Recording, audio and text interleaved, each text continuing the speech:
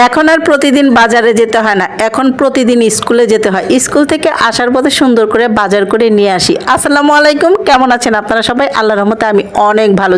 ছেলের কাঁধে ব্যাগটা দিতে কষ্ট হয়, মা তো, তারপর আর কি ছেলের ব্যাগটা নিজের কাঁধেই বাজার নিয়ে টুটু করে সুন্দর করে চলে আসি। এই তো আসার পথে অনেক বাজার নিয়ে আসলাম। যাই হোক, বাজার তো দেখলেই শুধু খালি কিনতেই মন চায়, এই একটা অবস্থা আর কি। এখানে টসটসা বড়ই আর হচ্ছে লাল লাল দেখে টমেটো, দেখে তো সেই ভালো লাগলো। আর নিয়ে আসলাম শিম আর হচ্ছে ডিম, সাথে হচ্ছে বিম। আচ্ছা, এই 14 পর্যন্ত কে কয় লিটার তেল খাইছেন? হাত তুলেন তো দেখি। আমি বলতেছি, আমরা 3 জনের সংসার, 3 লিটার খাওয়া শেষ। 3 লিটার দিয়ে মাছ চালাই, কিন্তু 3 লিটার এই 15 দিনেই শেষ, এই অবস্থা। যার পরে বেগুন নিয়ে আসলাম, করলা নিয়ে আসলাম আর হচ্ছে আলু। যাই হোক, এই যে এত সুন্দর বড়ি আনছি, আমার ছেলেটা বড়িটা কামড়ায় কামড়ায় খাবে না, তাই তার জন্য কি করলাম জানেন, বড়ি সুন্দর করে কেটে বিচি আলাদা করে দিলাম। এই হইলো অবস্থা। মা তো মনে মানে না, তারপর আর কি কেটে দিলাম, তারপরে একটু খাক। যাই হোক, তারপরে সুন্দর করে এদিক দিয়ে চলে গেলাম করলা ভাজি করতে। আমার শাশুড়িকে দেখতাম কি করলা ভাজি করলে কথা বলতো না, আমি এই যে কথা বলতাম, কিন্তু শাশুড়ি বলতো, এই করলা ভাজির সময় এত কথা বলছ কেন? করলা ভাজির সময় কথা বলে করলা ভাজি নাকি তিতা হয়, কি জানি সব আজগবি কথাবার্তি।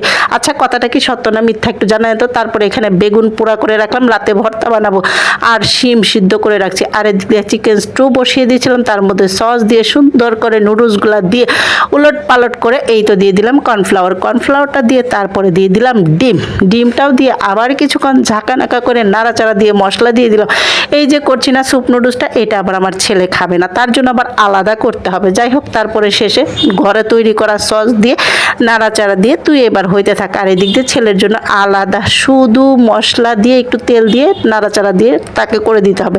তারপর আমরা বাঙালি একটু ভাজা পোড়া না খেলে কি হয় বলেন তো? কার কার এরকম ভাজা পোড়া ছাড়া ইফতারি জমে না আমার মতো, বলেন তো একটু আপুরা?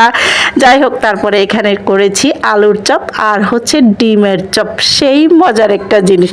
আর হচ্ছে সস, এই সসটা দিয়ে খেতে যে কি মজা। এই যে ছেলের সাদা মাটা নুডলস আর আমাদের হচ্ছে ঝাল ঝাল স্যুপ নুডলস। এই ঝাল ঝাল স্যুপ নুডলসটা খেতে কিন্তু খুবই ভালো লাগে, ঘরেই তৈরি করা। যাই হোক, তারপরে এই তো সুন্দর করে পরিবেশন করে খাওয়া দাওয়াটা সেই হয়েছে ইফতারিতে। তারপর ওই যে দুপুরবেলা বেগুন পোড়া করে রেখেছিলাম আর শিম সিদ্ধ করেছিলাম, সেটাই এখন সুন্দর করে ভর্তা করব কাঁচা মরিচ দিয়ে, নট শুকনা মরিচ। এইটা দিয়ে ভর্তা করতে যা মজা। প্রথমে বেগুনটাকে উলট পালট করে সেই একটা ডলা দিয়ে মনে করেন যে ভর্তা করে নেব। তারপরে যাই হোক, বেগুনের পর্ব শেষ করে তারপরে শিমের ডলাডলির পর্বতে চলে আসলাম। এইটা দিয়েও ভর্তা খেতে কিন্তু দারুণ মজা লাগে। যাই হোক, দুটোটা ভর্তাই আমার শেষ হয়ে গেছে। এই তো এখানে করে নিলাম শিম ভর্তা, তারপরে হচ্ছে বেগুন ভর্তা। আরেকটা জিনিস করেছি, পাতলা ডাল টমেটো দিয়ে, লাল লাল টমেটো দিয়ে। ওটা অবশ্যই স্কিপ হয়ে গেছে, কারণ সব কিছু তার ভিডিওতে দেখানো যায় না। আর এই যে ছেলের জন্য সকালবেলা মাংস রান্না করেছিলাম, এটা দিয়েই তার 3 বেলা পার হয়ে গেল। আর এই তো করলা ভাজি, 2 রকমের ভর্তা আর হচ্ছে ডাল। আচ্ছা, ভর্তা দিয়ে ভাত খেতে কার কার ভালো লাগে? আমার তো খুবই ভালো লাগে। আসসালামু আলাইকুম, সবাই ভালো থাকবেন। আর ভালো লাগলে ভিডিওটা একটা শেয়ার করে দিবেন। আল্লাহ হাফেজ, সবাইকে রমজানুল মুবারক।